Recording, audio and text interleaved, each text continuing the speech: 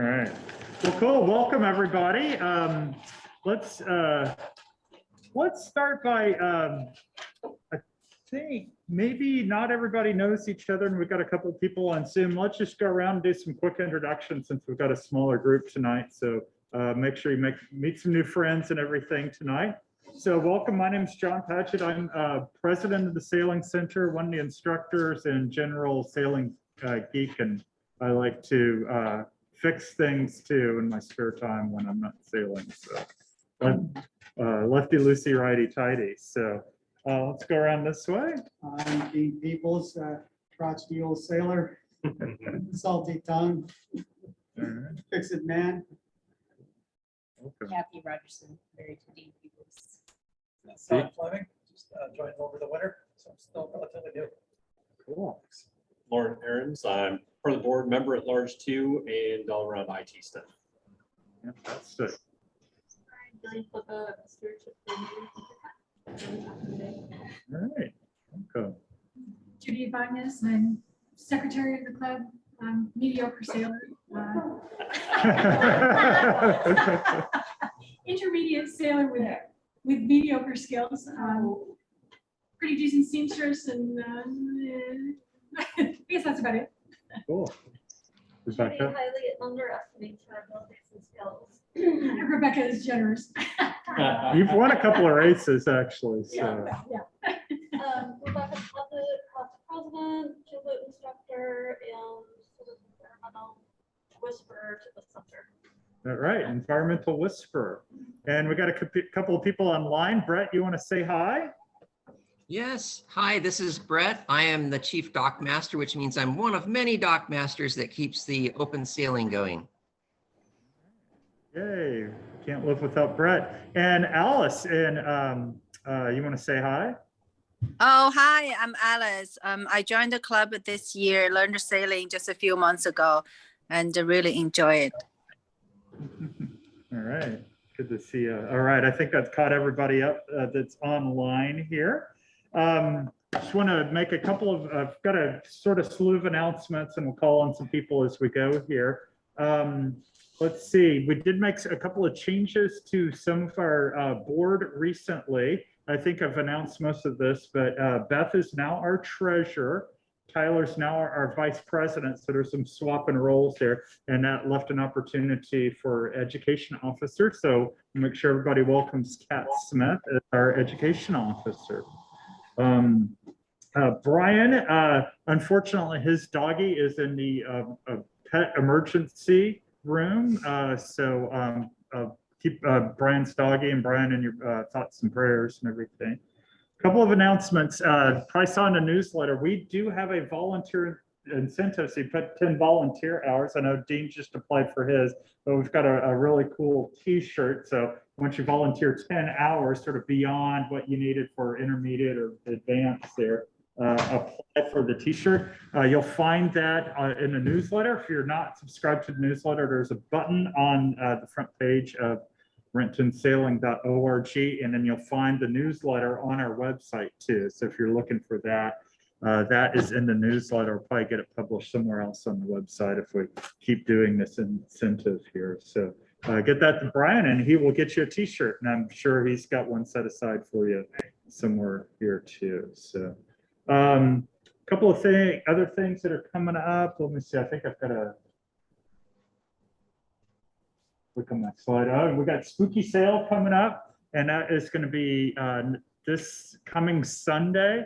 Brian is going to be leading a keelboat trip. We could probably, any other keelboat skippers want to join in on that too. We could probably get some more boats going, and I think we got 2 shifts of people coming and going. I know last year Brian brought that giant Jolly Roger flag, and everybody dresses up. I bring my box of extra costume stuff, and we've got trick or treat candy for everybody. So it's sort of a fun gathering to get out there. Let's see, Christmas ships is coming up. They're going to be sailing out of the Hyatt over here in Renton on December 2nd, 3rd, and 4th. And so at this point, Brian's looking for members that are qualified skippers for the keel boats that have lights on them to go out, and then everybody pitches in and brings batteries and Christmas lights to decorate the boat and everything. And so that's sort of a fun way to get out, and people bring hot chocolate and snacks and everything to share. So that's again, December 2, 3, and 4. And at this point, hey, Brett, I'm going to turn it over to you to give a shout out for our amazing season of Dock Masters, and let us know what's still going on and how we're going to be on hiatus for a little bit and ad hoc and everything. Sure, thanks. So a lot of people there have probably heard me say how many great dock masters there are out there. I'm gonna abuse you for a moment and read off the names of all of our dock masters this year. It's just amazing that so many people help. Anna Savagorska, Beth Friskin, Brian Casserly, Kat Smith, Don Pearson, Ghislaine Debouton, Jesse Castleberry, John Paget, of course, Joss Fitzgerald, Mike Hamilton, Mike Jarvis, Neil Hines, Tom Speckert, Tom Glenn, and Tyler Wilson. And I don't think I lost anybody there, but it's for a group like us, it is amazing to have all these people willing to come out and be dock master for 4 hours instead of sailing themselves. It's just awesome. So thanks to everybody. And I think the last scheduled one so far this season, that's going to be this Sunday. I'm Dock Master. That's going to be spooky sailing. So wear your costume, come out. Let me know if you're coming so I can sort of count on that. And hopefully the weather will cooperate. I think it gets a little bit ad hoc after this. Of course, we've got like Christmas ships, and hopefully you've already gotten through your advance so you can sort of come out and when you want to. But gather up those people that are Dock Masters or advanced members to open up for you. And we'll sail as much as we can this winter. Yeah, and right. I would keep an eye on the calendar because we may we'll try and put stuff up at least a week in advance if we get some people who want to open up the dock and get those frostbite sailors out there. That's all right. Let's see. Dawn's not on the call. I'm going to mention a couple of things sort of going on maintenance-wise. End of our the season dinghy cleanup, inspection and covering. We've got a fitting that we can put into the drain plug and pump those up with air. Put some soap on the boat and see where they might be leaking, so we can identify some of those leaks in the boat. We're going to be doing that. We're going to be cleaning and covering the boats, careening them, and making sure that the centerboard plates are screwed in, all that good stuff. That is going to be Saturday, November the 5th. And I believe that starts at 10 a.m. So we'll be looking for some volunteers to help with that. The construction at Jinkulam Park, that is include the bulkhead near our dock and the pedestrian bridge that is just north of the bathrooms near our dock. That's going to be under construction all winter. That construction starts on Monday when the construction fence goes in. There will be a construction barge near the pilings where the Hunter was. The Hunter's already been put away for the season here. I think I got another slide there. Just keep in mind that construction is going to be happening. The bathrooms will be closed. The roundabout is going to be closed. And then the dozen or so northernmost parking spots will all be closed.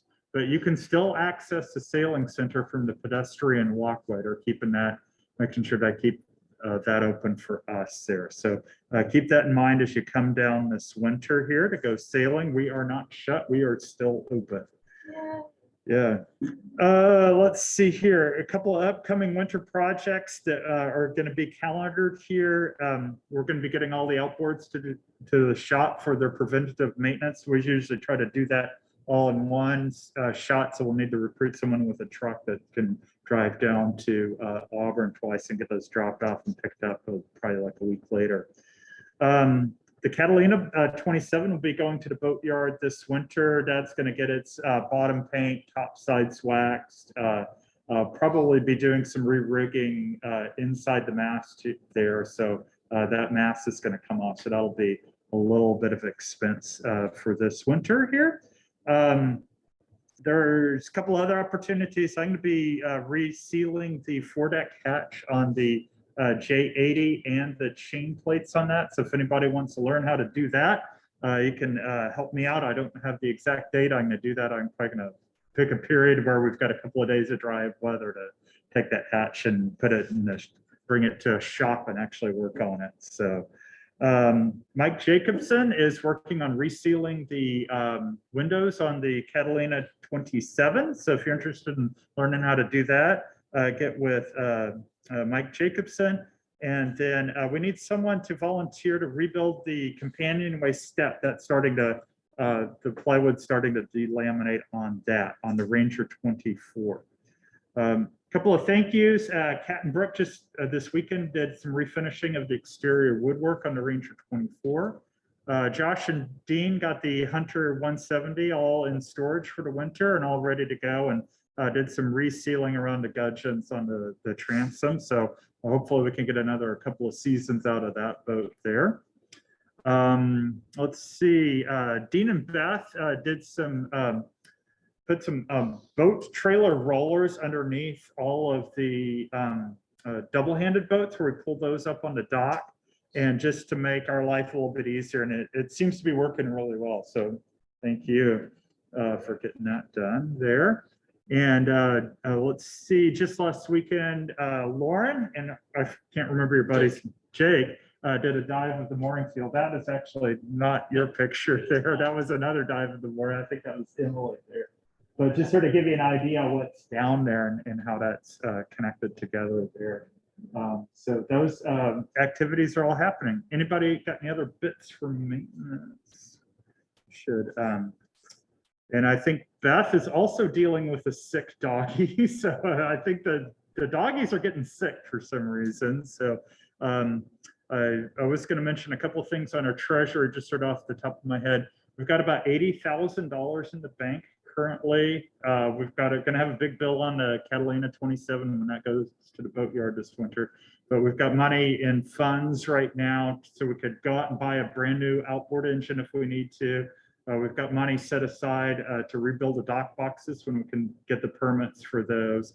And then we're probably going to put some more money in a new boat fund. So the board's going to be thinking about what iterations of sailboats and maybe probably a new coach boat in our future here too. So that the treasury is going really good there. We had a big windfall with our lessons. More people, there's wait lists for lessons this year, so that was a big, sort of big windfall. And the private lessons was a big. Yeah.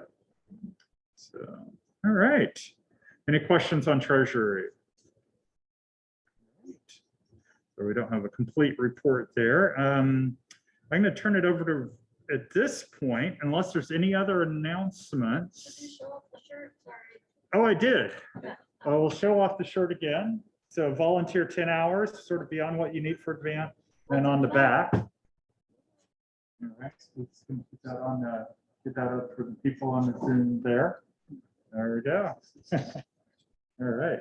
All right. If no other announcements, Rebecca, if you would tell us, this will just tie right into our guest speaker here, a little bit about our International Coastal Cleanup, and then introduce Gillian, our guest speaker. Gillian. Gillian. Yeah, I have a Gillian at work who sits next to me. So Yeah. Okay. Hi. Hello. So September was International Coastal Cleanup Month all around the entire world. So what is a coastal cleanup? Well, it isn't just picking up trash and garbage off the shore or off the land or out of the water. It's also gathering data about it. So we actually have data sheets or apps that we can use on our phones. We collect numbers and types of things that we collect. Who can tell me why we would do that? Who cares? John? I got an idea. You're telling me this at dinner tonight that we found since last time we did the cleanup, there are way fewer styrofoam containers in the park. And so probably that some legislation or some sort of law was enacted so the fast food place at the park there can't send out food in styrofoam containers. Correct. And so we're seeing less styrofoam in the park.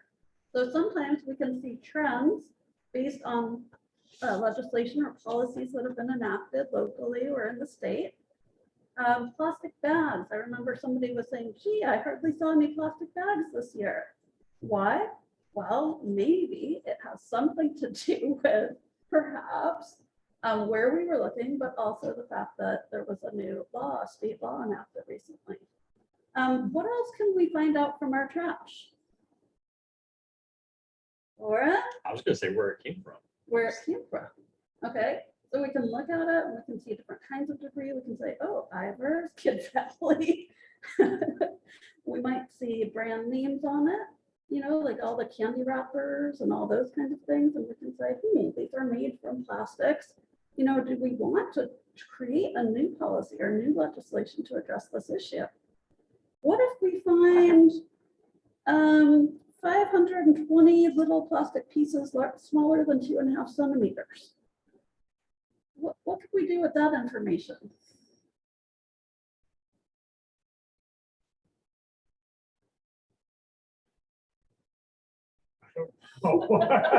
Don't know. Well, we can look at our plastic use and think about, we can look at the kinds of debris. Like, is it plastic cups like John happens to have right now? Is it pieces of a straw? Is it fragments? Solo on the bottom. Is it plastic confetti? Is it, you know, pieces of toys? What is it? Maybe there's something we can do to prevent it from getting broken up and ending up in our environment. What if we find 353 cigarette butts in a 3/4 mile section of the park? What's something we could do with that information? Trying to make the dog catcher give out fines for smoking in the park. Well, that's an option. Instead of like fining people for walking their dog in the park. Exactly. Educate about the ill health effects of hazardous smoking. So education, those kinds of things, trying to reduce smoking in our parks. Maybe we could also talk to the city park because our sailing center is located there. We did the cleanup there. And we could say, hey, we're gathering this data. And over the years, we've seen it on the rise or on the decline. But, you know, it's always been our, you know, second biggest thing on our list. Have you ever thought about putting receptacles for cigarette butts in the park? Maybe it would save them a lot of energy, you know, for the park workers. Maybe it's something that helps the environment. So maybe we can use this information. Or fishing line. Near our dock, we often see a lot of pieces of fishing line. Did you know that the fishing line can be collected? It can be recycled. So I was talking with Gillian, who's on our board, our youth member, and he is part of an ocean club now at his high school. He's like the leader there. And we were talking about maybe we could build the receptacles, you know, if the park is willing to host them, and that club could actually do the recycling. They could empty it out and ship it off. So there's things that we can do with this data. We can talk to politicians, we can talk to local restaurants. So that's why I think it's important, not just to pick it up, throw it in a bag and throw it in the landfill, but we can learn from it. Anyway, this International Coastal Cleanup's been going on for over 20 years. And I'm proud to say that for about 7 of them, we've done shoreline cleanups here at Puget Park. And October 15th was our last one. Raise your hand if you participated this year. Hey, awesome. Thank you. Good job. We did have some support. The City of Renton Parks provided some little gifts and prizes. The Puget Sound Alliance, the Soudkeepers Alliance, excuse me. They are like the state coordinator for this cleanup around in Washington, and they provided a lot of supplies for us. The parks also provided the pickers and vests and things like that. And then we got some prizes from Fisheries, West Marine, was there one more? And West Coast Sailing. And West Coast Sailing. Can't forget them. So let's see, what else can I tell you? I think well, I'll give you a couple other highlights from the data this year. What do you think the strangest thing we might have found this year was? Any guesses? Let's say a solar Sunflower. sunflower, purple solar sunflower seed. Pretty much, yeah. That's kind of cool. We also found some metal confetti, like, you know, that little foil, like birthday Yeah. confetti that people put in their birthday cards. Yeah. A lot of that was by the playground area. So people are throwing birthday parties and, you know, filling their cards. So that's kind of interesting. There was a marijuana container.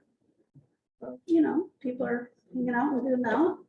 Apparently there were a couple syringes, which I didn't realize at the time. A couple diapers and condoms, lots of packaging stuff.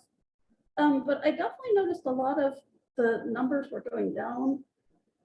Like I said, the plastic bags, we only had 8 plastic grocery bags this year. That's not bad. Now there were 61 other plastic bags, like maybe some boxes and stuff, but plastic bottle caps, only 39. Plastic water bottles and beverage bottles, 41. Food wrappers, 186. So it kind of gives you an idea. I'll put together a little article so you can kind of see all this in one place. But it's fun, it's interesting, and we can definitely learn from it. With all that, I'd like to invite Gillian up here to tell us a little bit about Puget Sound Alliance, Soudkeeper Alliance, and what they do. So welcome, thanks for coming. Great, thank you everyone for having me. Really excited to be here. I'm Gillian Flippo. I'm the stewardship coordinator with Puget Soundkeeper. And to tell you a little bit about Puget Soundkeeper, we're a nonprofit in North Queen Anne. And our mission is to protect and enhance the waters of Puget Sound for the health and the restoration of the aquatic ecosystems and the communities that depend on them. We're on the water every week, enforcing the Clean Water Act, cleaning up harmful debris, and partnering on solutions for a cleaner sound. And our work includes 3 main strategies: policy and advocacy, monitoring enforcement, and stewardship and education. And as a stewardship coordinator, I manage most of the stewardship and educational aspects. Is there a way I can, Oh, I might even have a clicker here, but here, I'll advance the slide here. Oh, I ran out of holes to put it in, but you could just run over and hit okay, thanks. that button in the Or corner just- there. You can tell us and we can do it. Yeah. Okay. So I'll get into the first strategy, policy and advocacy. We help empower community members to advocate for laws, policies, and regulations that will better protect clean water. Some of the ways that we advocate for Puget Sound is leading and supporting grassroots coalitions on specific policy campaigns. One example is Plastic Free Washing Coalition, which is a group of 7 nonprofits that have passed several laws to prevent plastic pollution since the founding in 2017. So I'll get into some bills that we recently passed that was a part of Plastic Free Washington. There's also participating in federal and state administrative rulemaking and permitting processes. An example is work on Clean Water Act permits that regulate polluters, like the CAPO permit. Permits that regulate how much pollution, permits that regulate how much pollution regulated entities can discharge into our waters. That's a mouthful. I know, Wow. right? That's a lot of Regulation. regulate. And then lastly, there's also providing public testimony and comments to local and state boards, commissions, and officials, and our state and federal environmental agencies and elected officials. For example, we worked with Governor Inslee's Orca Recovery Task Force from 2017 to 2019 to press for stronger protections for the 7 resident orcas. And an example of a past legislative win that we were a part of with Plastic Free Washington Coalition, that's also a win relating to our cleanups and international coastal cleanup, is the plastics and recycling bill. And there's 4 main components to that. There is a styrofoam ban in there. So there's food containers, coolers, packaged peanuts, and this is the product ban aspect of this bill. There's also requiring single-use food items only be provided on request. So this is for things like utensils and things for takeout. This is utensils, straws, beverage lids, condiment packages. And this is a mandatory business behavior change component. I know I'm really excited about that one because I always forget to ask to not have any silverware And then I always got lots of silverware. So I'm happy about this change. This actually has been enacted since 2021. So this should be happening now. And that's statewide. Statewide, yes. Yeah, plastics and recycling bill statewide. There's also implementing minimum recycled content requirements. So this is also a systems change component.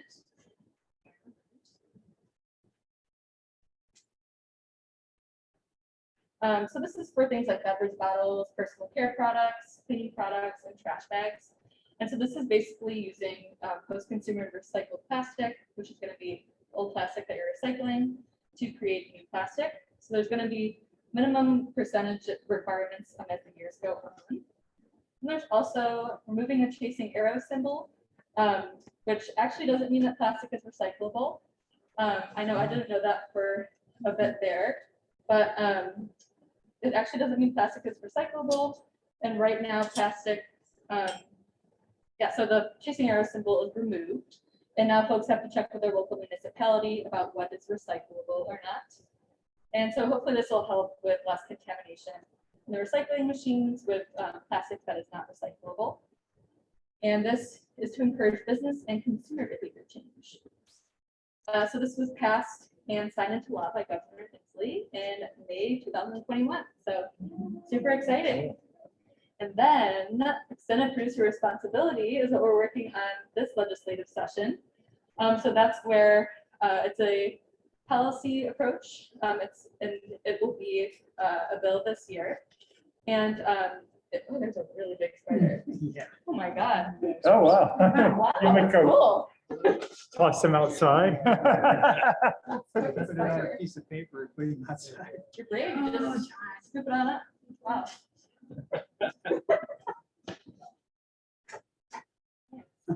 Right again. You should see how many spiders come out of our boats. Spider haven. Scary, spooky. Spider wanted to hear about responsibilities. Yeah.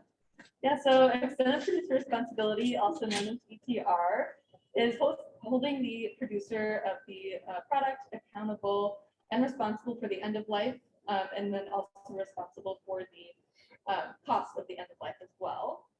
And we worked on this last year and unfortunately didn't pass because there was a lot of opposition, but we'll be working on it again this year with Plastic Free Washington Coalition. So essentially we'll be taking the responsibility off of consumers and the public and shift the responsibility for our recycling system to manufacturers and plastic producers. And in principle, this would provide incentives to prevent waste at the source, promote more efficient and eco-friendly product design, support the achievement of public recycling and material management goals. For example, requiring greater and greater percentages of recyclability and recycling of recyclable products. That's another mouthful. Recyclable. So all in all, we end up with less use of virgin material, more products actually getting recycled and utilizing recycled material, less products ending up in our landfill and in our environment, and the cost of managing the waste shifts to the producer, which is really good because that would take it away from the consumer. And we actually just had a really awesome cleanup with Plastic Free Washington last Saturday at Seward Park. And that was led by Environment Washington. We helped out, but that was in support of the extended producer responsibility bill that we're working on this legislative session. And it was a really cool cleanup. We did photo petitions. We had some representatives come and speak. We also did the ETAP protocol, which I'll talk about too, but that's where another method of sorting and recording all the trash you're finding, but in a much more detailed way than International Coastal Cleanup.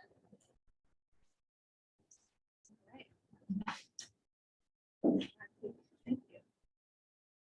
So litigation is the second what's the word? Strategy. The green chart right there. So this is the second strategy Soudkeeper uses. And at our heart, we are a Clean Water Act organization. The 1972 Clean Water Act proposed to control pollution at its source, protecting and restoring our nation's interconnected waters. It aimed to eliminate the discharge of pollutants into our waters by 1955, which has not happened. We get out around the sound and through file and permit reviews looking for pollution issues. And if a business is not complying with the Clean Water Act, we'll take action to help them get into compliance. Soundkeeper enforces the Clean Water Act through lawsuits against the most egregious violators.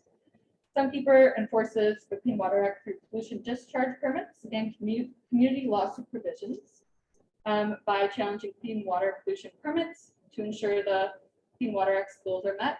And I'm going to put that down to CWA instead of Clean Water Act to shorten it, because I'm about to say it a couple more times. Also monitoring facilities across Puget Sound for CWA compliance.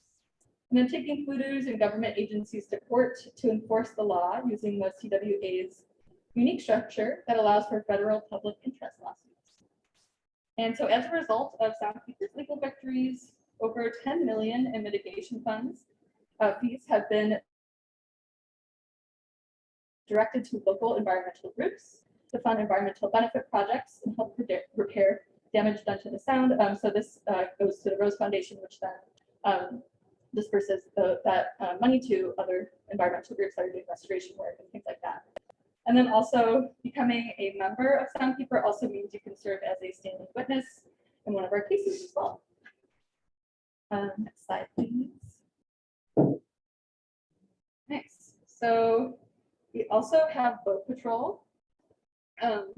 We're out on the waters most days, monitoring and enforcing the Clean Water Act. We do this many different ways, but one of them is on boat patrol, where we monitor for pollution on the Duwamish River and check that facilities along the river are implementing best management practices and complying with their permits and laws. We currently aren't doing boat patrol because we had staff change, but we are going to begin again soon with that, so that's going to be exciting. We're looking for a boat captain, actually, so. I have a captain's license. There you go. Yeah, if I need a career I can give change. you a contact if you want. There we go. Nice. Next slide, please. And so we also used to do Clean Marina. This was also managed by the person that did boat patrols. And this was created in 2005 as an expansion from the Fire Stars program. And this is an incentive-based certification program that assesses marinas and their operations and makes improvements to better protect the environment. And when they reach the qualification standards set by the Clean Marina program, they earn the right to fly the Clean Marina flag, which looks a lot like this. And so it's officially been taken over by Washington Sea Grant, and Soundkeeper no longer manages it. But I can direct you all to some lovely resources about clean boating and Clean Marina if you're interested. So I'll be providing that in a link to Rebecca tomorrow with some fun resources. But there's the 2015 Boaters Guide, and then there's also pollution prevention for Washington State marinas. Those are some handbooks that were on the Clean Marina website. Next slide, please. Cool. So now we're on to stewardship and education, which is most of the work that I do. So we host community science events, community science programs. We have salmon surveys, microplastic analysis, and mussel monitoring.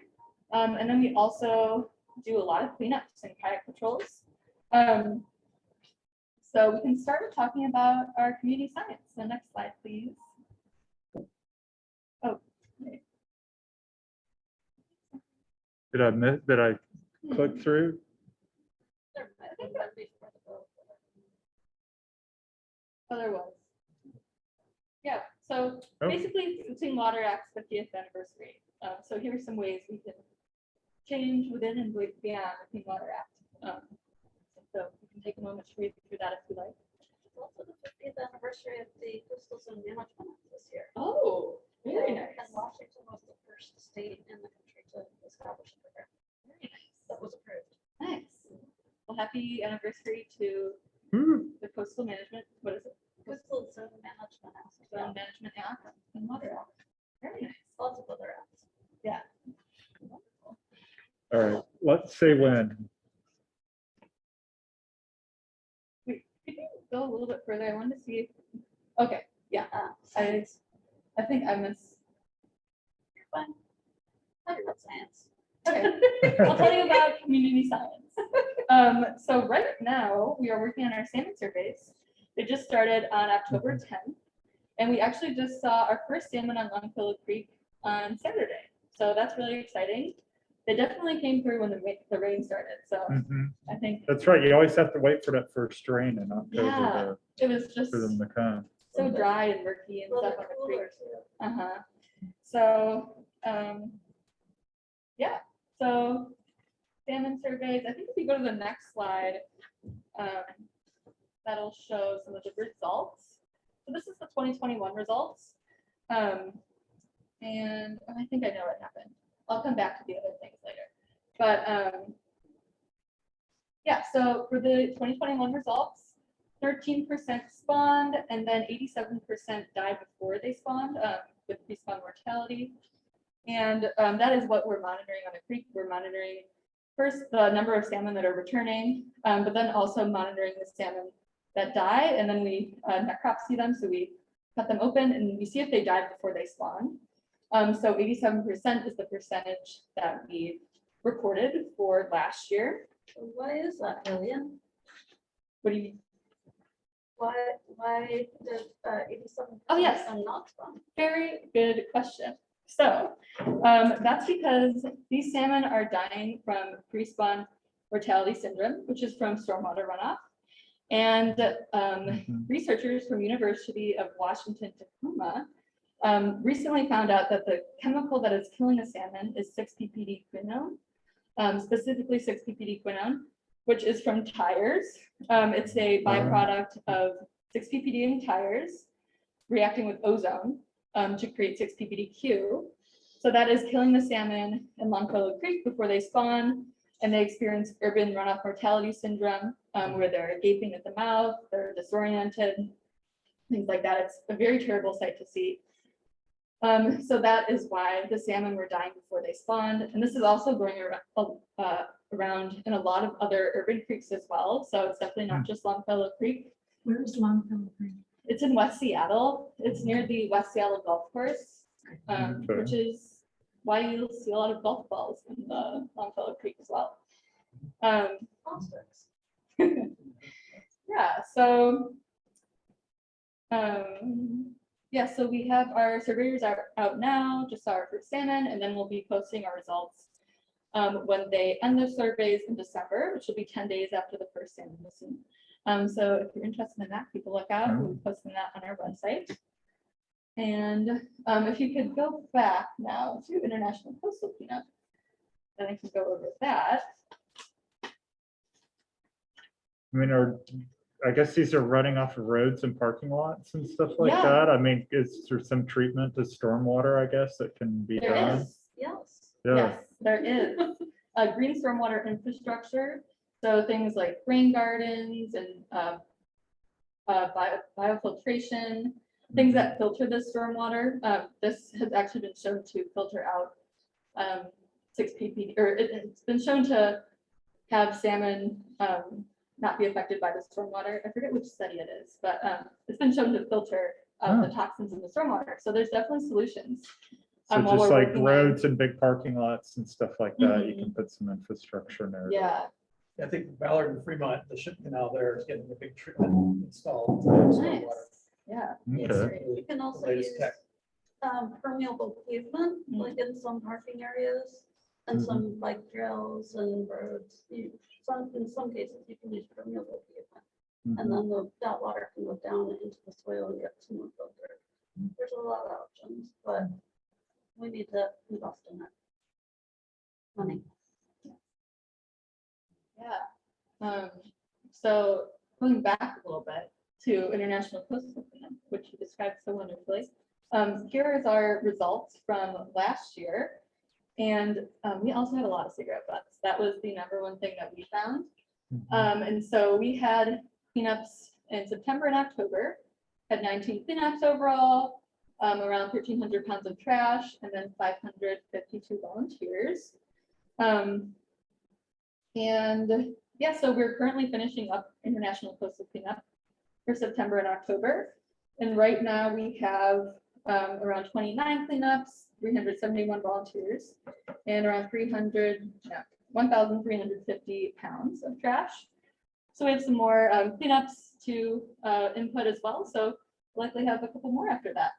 And then we also just completed, I guess not just completed, this was in August. We wrapped up Seattle Summer Cleanup Series. And our last cleanup was August 27th at Fremont Canal Park. And we got around 400 pounds of trash, I think. But we also had a cleanup on Lake Union on kayaks as well at the same time.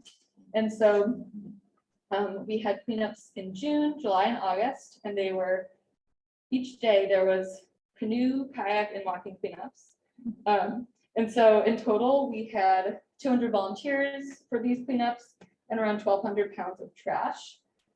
So that was a really wonderful series. And then we went right into International Coastal Cleanups. There's been a lot of trash that we've removed from our environment and our waterways. Cool. Yay for that. All right, say when here. All right. Here we When. go. Cool. So we also do microplastic monitoring. And this is the results from last year. So volunteers collected 70 samples from across the region to better understand the distribution of microplastics in Puget Sound. And then the stewardship team analyzed the samples due to COVID precautions. Usually we would have volunteers come in and we train them on how to analyze the samples, look for the microscope. And so the report is now on our website. And we found that 91% of water samples had microplastics, with 99% of them being filaments with synthetic fibers. And there was an average of 4 microplastics per sample. Just for the group, what do we mean by filament and fibers? Yeah, so those are synthetic things like clothing. So a lot of that is going to be microfibers from clothing. Like from our washers. Yeah. Yeah, from those, things like fleece. Yeah, so that's what the majority of the microplastics were from that.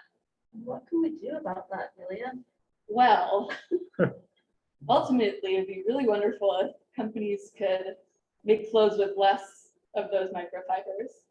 That would be really great. But if you're looking for ways that you can do something individually, I think there's something called a guppy bag where it catches the filaments while you're washing it and drying it.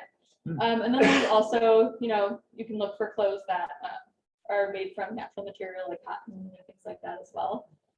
But yeah, ultimately, it'd be really cool if these clothing companies made more clothes with less synthetic material. Yeah. I'll just mention that I found a nice sun shirt that's made out of bamboo fibers. Oh, cool. Yeah, it's Oh my SPF 50, and then Merlino wool is way more comfortable than polyester Yeah, long underwear or sweaters. that's Yeah, amazing. yeah. I need to find one of those. There are a lot of substitutes that we can use. So And some of them instead are better. Some of them are better. Yeah. I mean, instead of like plastic dryer balls, there are wool dryer balls.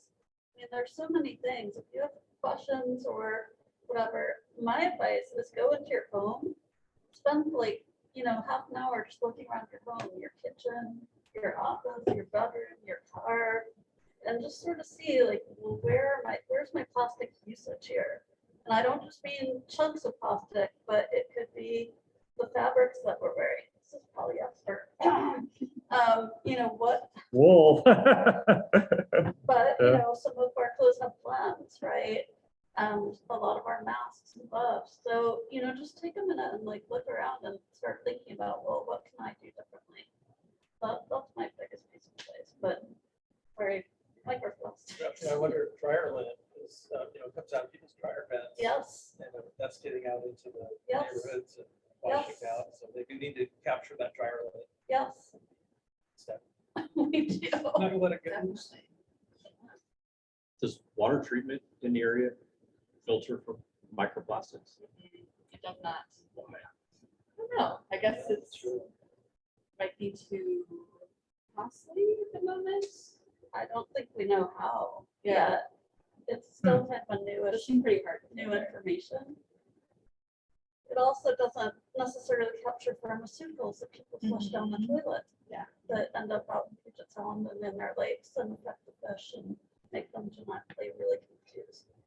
So, Maybe washing machines with better filter, discharge into our sewers. but there are filters, as Gillian was mentioning, that you can actually add on to your water. Yeah. Interesting. Okay. It's a big issue. There are some solutions, but Ultimately, it's about turning down the tap. yeah. So it's not just the, picking up the debris, and it's not just collecting the debris. It's using less of these substances to start with. That's really how we're gonna actually fix this thing. Sorry, I wound up from. I feel ya. All these cleanups, I feel the same. I'm like, oh my God. Yeah. So this was our microplastic monitoring, where we got to see a lot of these microplastics under the microscope. But actually this year, we're going to be shifting protocols to EPA's microplastic beach protocol. Pretty exciting. And that's samples from microplastics in sediment. And we're shifting this protocol in efforts to create more consistent results, since we will be looking at microplastics that are visible to the eye. In the spring, we did a pilot analysis, and then in the spring, we're going to have it open to volunteers as a community science opportunity. So really exciting stuff. We're excited to do that. The other one took many months to do, with results that weren't super accurate because there was likely contamination from the air and from the clothing. So we were just doing it in our office with a microscope. But this protocol would, just be microplastics that are visible to the eye. So hopefully some more consistent results. Another advantage to using something like the EPA protocol is it's comparable. So you can look at one beach, you can look at another beach that are using the same protocols. It's a little more rigorous than like some of the protocols that, for example, the International Coastal Cleanup macro plastics protocol that we can use. I mean, if we increase the rigor a little bit, and then we can compare, we can learn more. I've also learned that I guess they haven't been doing the EPA microplastic beach protocol a lot in Washington. So it's also a good thing for us to do this to get some more data in Washington, which is exciting. Yeah, so that's microplastic analysis. And then our last one is mussel monitoring, which is a really fun community science opportunity. That's coordinated by Department of Fish and Wildlife, and that uses mussels to monitor water quality. And this year, Soundkeeper adopted 5 sites and recruited volunteers for them.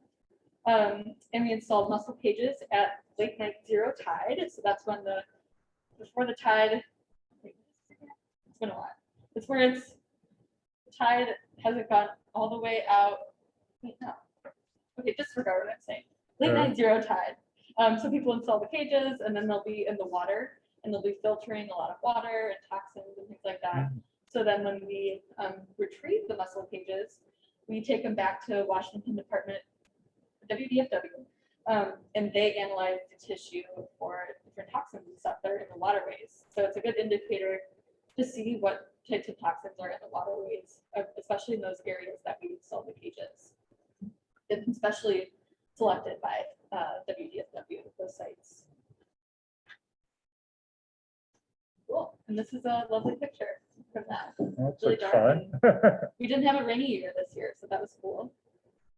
But I've definitely done it before where it's just pouring, which has been fun. You but- do that in the fall or winter then? Yeah, we do that Okay. in, I think we did it in December, and then we retrieved them in like February. Oh, So, okay. lovely. Something else, yeah. Usually it's the rain. Yeah. Yeah. Yeah, definitely have to wear warm clothes, waterproof clothes. Cool. So then now we can go on to just talking about why cleanups are important, in addition to what Rebecca was talking about. So while we work on these larger scale changes that take time, doing cleanups, smaller scale changes like cleanups are still really important. And that's because marine debris can have a lot of detrimental effects on the environment and on wildlife. For instance, animals can get entangled in things like fishing line, and six-pack rings, and ropes. And then also with plastic, it never biodegrades, so it keeps breaking up into smaller and smaller pieces. So animals can mistaken this for food, and that can make them full when they're not, mess with their digestion, even lead to starvation. There's also the issue of toxic accumulation. So a lot of the toxins in the water, there's a lot of them that are hydrophobic, such as persistent, or they're called persistent organic pollutants. But some are DDT, dioxins, and PCBs. And so since they're hydrophobic, they don't fully dissolve into the water. So when they come across these little plastic pieces, the plastic act like magnets to a lot of these toxins. So when animals eat them, that's an additional pathway by which these toxins are getting into the environment, into the food web, and then also into the food that we eat as well. So that's why it's important to get out there and remove this marine debris from the environment for the time being while we work on some of these larger scale changes. So that's why cleanups are important. That person should have a glove on. That was Plastic that gloves. was me, and I should have had a glove on. I don't know. I think I was at Third Beach camping, and then I was like, "Here's trash. Mhm. We need to clean up." And I should have kept some gloves on me or something, because that's the safe thing to do.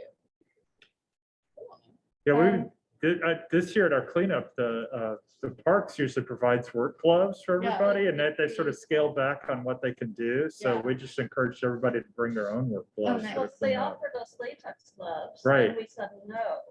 Yeah. Yeah. So, yeah. Yeah, we just got a bunch of reusable gloves. Ordered some for Soudkeeper. Well, we had a lot, but now we have a lot more. So Cool. excited for that. Is that because the text gloves are flimsy and they break down and you pollute them? Well, I mean, yeah, they're just not be placed into the landfill, right? Yeah. And so why would we do that when almost all of us have garden gloves at home? You know, or some other glove that we can use. I have some ways to get involved with the next slide. With Soudkeeper. We have our events page, which has all of our volunteer opportunities. Right now we have all of our kayak patrols up there, and we're still looking for some volunteers for the November patrols. If you'd like to come and brave the potential rain, it's a lot of fun still. And then we also have Advocacy 101. That's a series of webinars. And for Advocacy 101, it equips people with tools to understand plastic policy, teach you to maximize the impact of public testimony, and empower you to make a change for clean water. And so the next one is on November 3rd, and it will do a deep dive into extended producer responsibility if you're interested in that. Then you can also follow us on social media, and our little handle is right there. It's just Puget Soundkeeper. And you can stay up to date on the latest volunteer opportunities, and also learn about water policy and legal issues, and some special events as well. And you can also sign up for our newsletter as well. And I have little QR codes for each for signing up to be a part of the newsletter. If you want to be a member, they're over there if you're interested. And so this is just keeping up to date on what Soudkeeper is doing and ways to get involved, things like that. And then you can also become a member. And so Soudkeeper represents the interests of its members. And so as a Soudkeeper member, you advocate for stronger policies to protect clean water, you clean up our waterways, and preserve critical habitat for wildlife.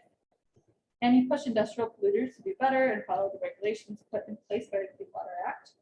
And some benefits include invitation to special events, the opportunity to serve on Soudkeeper committees, and the ability to act as a standing witness in Clean Water Act cases.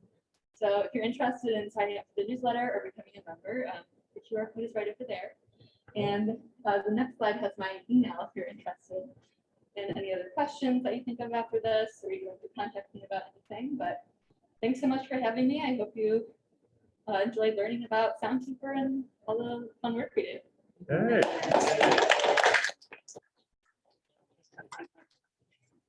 What's up? Gillian also brought some nice little magnets and information about how to deal with pollution in our communities. There's some buttons, all kinds of, so take a peek over there. Feel free to pick anything up that you might have to use or give to somebody. So, How does one get involved in a kayak patrol? That sounds like fun. Do you have to own a kayak? No. you Oh, don't. okay. So our kayak patrols are amazing. And what is it exactly? So every Wednesday we get our kayaks donated by Northwest Outdoor Center on Lake Union. Mhm. So they provide us with high level kayaks. So we have space for 10 volunteers. And they provide us with kayaks, life jackets. And then we provide all of the cleanup supplies. So people just have to bring a water bottle themselves and maybe some dry clothes.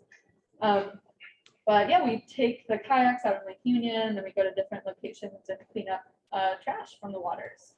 And it's from 11 to 1 on Wednesdays, which we recognize is an unfortunate time, but that is when Northwest Outdoor Center donates since it's a less busy time.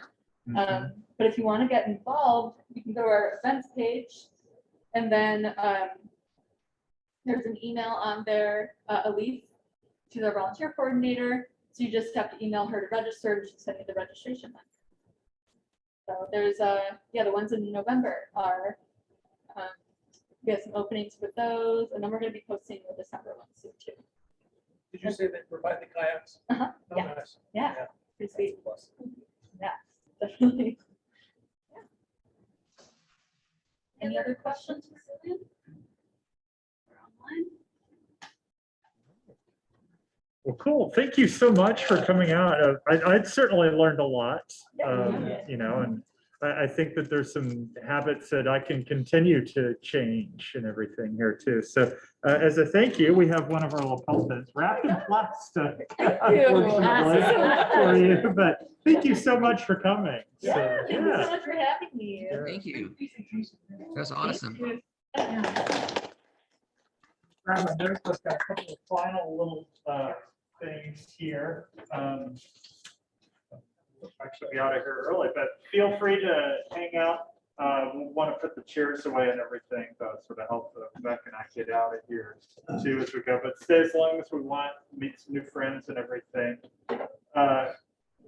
No meeting in November. It just sort of happens to coincide with Thanksgiving, and there weren't any really good alternate dates or anything. So enjoy a time off from our regular meeting. Our next scheduled meeting will be December 31. That's going to happen to be the third Wednesday. So I know we're usually on that fourth Wednesday schedule and everything, but with Christmas, we're able to move it to the third Wednesday. That program's still to be determined, but we've got some couple of good ideas in the hopper. January 25, we've got our annual meeting. That's going to be here. We're going to have a big year in review, potluck dinner, board elections, all that good stuff. All those are going to be right here at Kennydale Memorial Hall. We'll continue to try and have the Zoom option. So like Brad out in House and can join in here. So, all right. Anything else for the good of the order? We're adjourned. All right. All right. See you, Zoom people. Zoom on that. Yeah. Did you mention the night of the January meeting? The day? It's going to be the third Wednesday. Wednesday, or I'm sorry, fourth Wednesday in January. Okay, thanks. And then that is yours. Thank you. Cool. And in the meeting for everybody.